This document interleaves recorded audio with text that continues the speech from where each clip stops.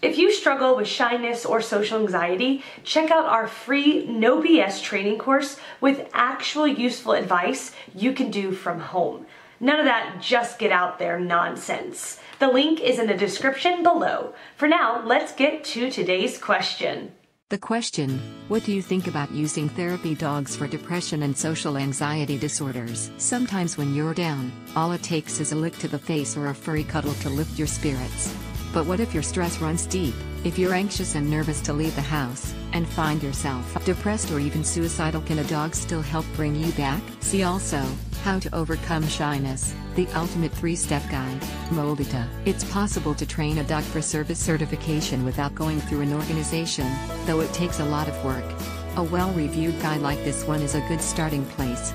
Also, certain breeds are more commonly used for service work, but many different breeds can make wonderful therapy animals. Not sure of a dog's breed makeup? Dog DNA tests can provide valuable insight.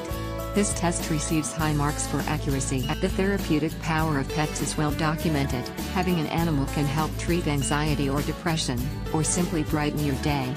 Photo courtesy of the Elizabeth Hospice. Anxiety and depression involve emotional turmoil and negative internal self-talk.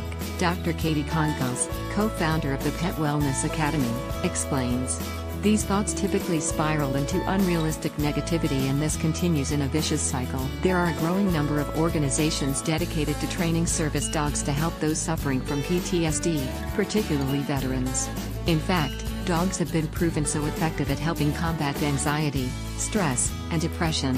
The government provides funding to these groups. K9s for Warriors is a little different. The program was founded by Shari Duvall, the mother of former K9 police officer and Iraqi combat veteran Brett Simon, who returned from 2 tours of duty with PTSD.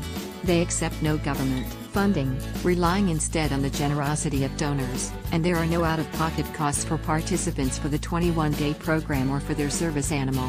In their first year, they wanted to help a dozen service members a year. Now with expanded facilities, they serve nearly 200. Matt Massengill is the lead warrior trainer for K9s for Warriors. He came to the group first as a participant, and with a bit of hesitation. Like so many other vets, I went to the VA and they thought drugs were the option, Massengill explains. It wasn't helping or mitigating my symptoms, it was just masking them. I didn't leave my house. I just suffered from a lot of anger and paranoia. In the first 270 days, I had 248 violent nightmares, Massengill recalls. Dozer woke me from 228 of them, which allowed me to get out of the miserable sleep pattern I was in, and get off the sleep and depression medications. Now, Hess helping other warriors.